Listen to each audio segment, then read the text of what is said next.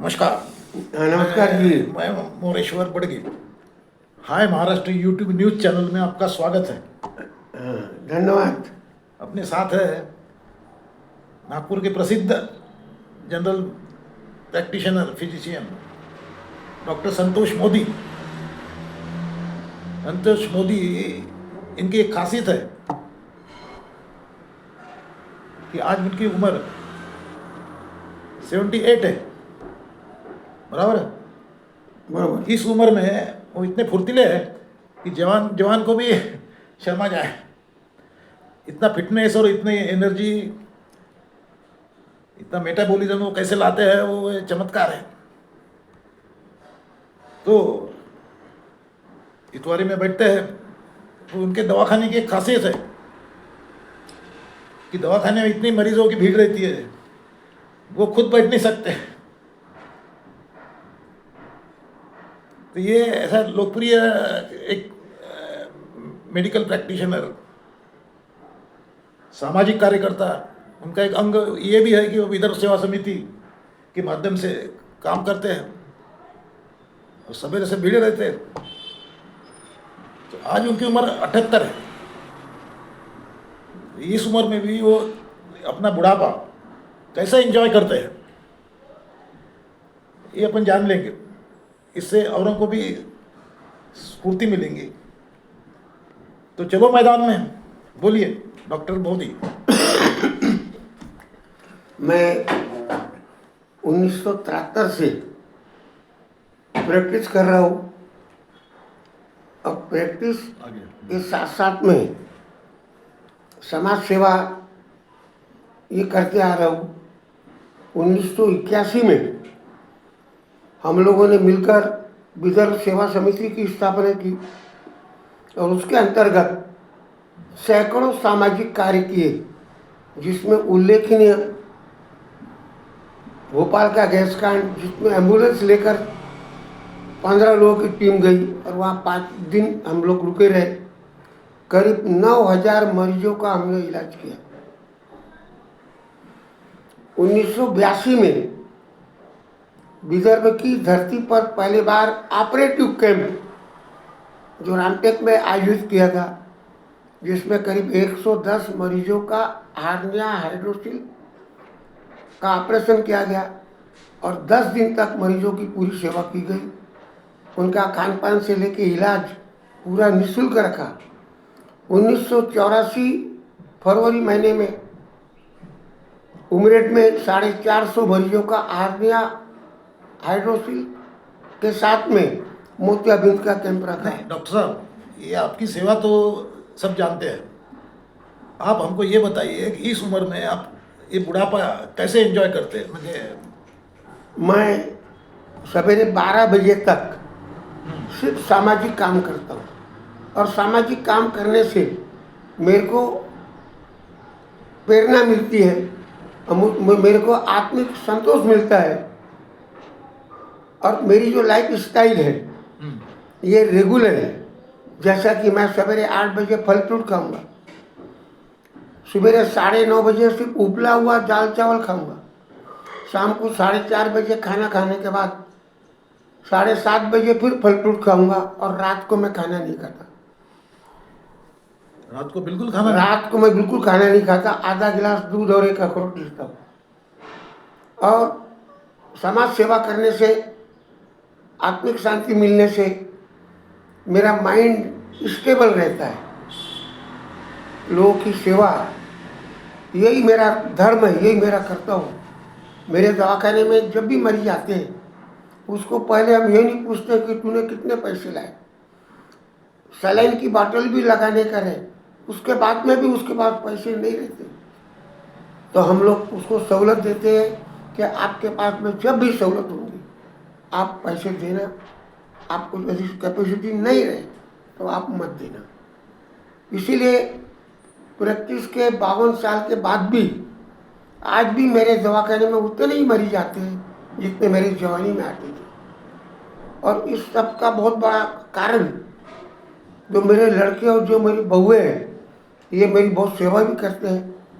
जैसा कि आपको सुनकर ताज्जुब होगा कि मेरा लड़का जो 52 साल का है, रोज सवेरे 6:30 बजे 10-15 मिनट तक मेरे हाथ पैर दबाता है। शाम को 5 बजे फिर मेरा लड़का हाथ पैर दबाने के साथ में मेरे सिर की मालिश करता है। और मैं मानता हूँ कि आचार विचार और आपका आहार यदि अच्छा रहेगा, आपकी सोच अच्छी रहेगी, तो ही आप बुढ़ापे का आनंद ले सकते हो। होता क्या है, बुढ़ापे में आदमी का दिमाग चिड़चिड़ हो जाता है, खाली रहता है, वो खालीपन, उसको सोचने समझने की शक्ति उसकी बैलेंस नहीं रहने देता।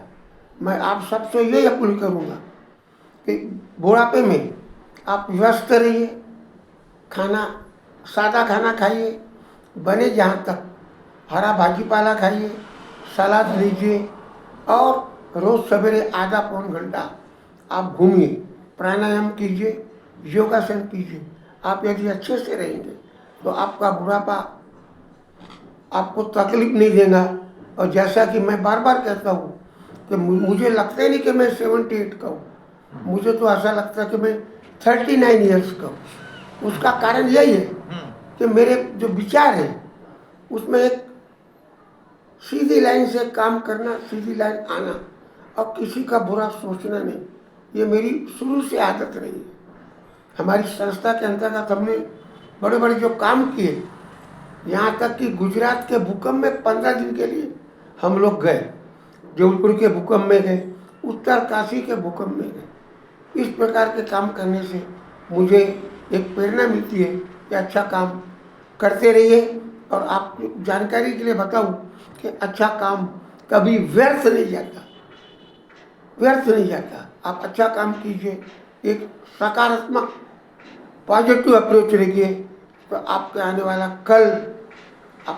वाला कल उज्जवल रहेगा। आपकी जो नाती पोते हैं, बच्चे हैं, ये भी अच्छे रहेंगे। आपकी जानकारी के लिए बताऊं कि मेरी नातिन अकोला मेडिकल कॉलेज में 3rd ईयर में पढ़ रही है, एक मेरा नाती 12वीं में पढ़ रहा है, और वो फूड ब्लॉगर है, और महीने का साल का करीब 2.5-3 लाख रुपए निकाल लेता है। वो भी हफ्ते में 2-3 बार जाकर, क्योंकि बाकी समय में तो उसकी ट्यूशन रहती है, पढ़ाई रहती है। आप सबसे मैं यही अपील करूँगा कि ज़िंदगी में यदि आप आए, अच्छा काम कीजिए, अपना भी भला कीजिए, इसके साथ में लोगों का भी भला कीजिए। यदि आप लोगों का भला करेंगे तो ही मुझे लगेगा लोगों का आशीर्वाद आपको मिलेगा, और आपके आने वाला कल, भविष्य, जो आपका फ्यूचर है, वो अच्छा रहेगा। आपको रात में खाना नहीं खाना, इसके पीछे क्या साइंस है? जैसा कि आप सबको मालूम है कि हम सूरज की रोशनी में क्यों खाना खाते हैं। सूरज की रोशनी में अल्ट्रावायलेट जो किरणें रहती है, ये जो बैक्टीरिया और जो वायरस वायुमंडल में रहती है, इनको वो मारती है। यदि आप दिन को खाना खाएंगे तो आपका पाचन भी अच्छा होगा, और जैसा कि वैज्ञानिक कहते भी हैं कि लेटने के 5-6 घंटे पहले आप यदि खाना खाएंगे तो वो पूरा खाना आपका हजम होगा। हमारे देश में क्या होता है कि लोग रात को 9-10 बजे खाना खाते हैं, आधे घंटे में सो जाते हैं। तो ये करने से होता क्या है कि उसको गैस की प्रॉब्लम, डकार की प्रॉब्लम, बदहजमी की प्रॉब्लम होती है। मेरा आप सबसे भी रिक्वेस्ट है कि सूरज डूबने के पहले यदि आप खाना खाएंगे, आपका खाना हजम भी होगा और आपका स्वास्थ्य अच्छा रहेगा। अच्छा, आजकल में इलाज जो है बहुत महंगा हो गया है। हाँ, मैं ये चीज़ के ऊपर बार बार कहता हूँ कि यदि हम प्राकृतिक तौर से अपना शरीर रखेंगे, सादा खाना रखेंगे, रोज घूमना चालू रखेंगे, प्राणायाम योगासन करेंगे, तो आप यकीन मानिए कि 90% आपका शरीर अच्छा रहेगा। सिर्फ 10% में जो बीमारियां आएंगी उसका मुकाबला तो आपको करना पड़ेगा। दूसरी बात, मैं हमेशा हर कहीं कहता हूँ कि आप सिर्फ एलोपैथी के भरोसे नहीं रहिए। प्राकृतिक इलाज है, उसके भी कई फायदे हैं। कई बीमारियों में आयुर्वेदिक इलाज, कई बीमारियों में होम्योपैथिक इलाज, ये भी काम में आते हैं। और ये इलाज एलोपैथी इलाज की अपेक्षा कम खर्चीले होते हैं। होता क्या है कि आज का जो युग है इसमें कॉमर्शियल हर चीज़ हो गई है। डॉक्टर भी अपना दिमाग नहीं लगाता। आप आएंगे, आपको 17 प्रकार की जांच लिख देगा। पहले ज़माने में इतनी जांच नहीं थी, डॉक्टर अपने दिमाग का पूरा उपयोग करता था। आज वो जांच के भरोसे बैठता है। इसलिए मैं कहता हूँ कि अपना घरेलू इलाज भी जो है, कई बीमारियों में हमारे जो नाना नानी आजा आजी इन्होंने हमको जो इलाज बताए वो बहुत कम पैसे में होते हैं, बहुत अच्छे होते हैं और आपके शरीर को इससे कोई नुकसान नहीं होता। अभी क्या होता है, थोड़ी भी सर्दी खांसी हुई हम डॉक्टर के पास चले जाते हैं, वो दुनिया भर की एंटीबायोटिक, दुनिया भर की इन्वेस्टिगेशन लिख देता है जो आपके शरीर के लिए हानिकारक रहती है। आप प्राकृतिक इलाज कीजिए, नाना नानी के बताए हुए इलाज पे कीजिए।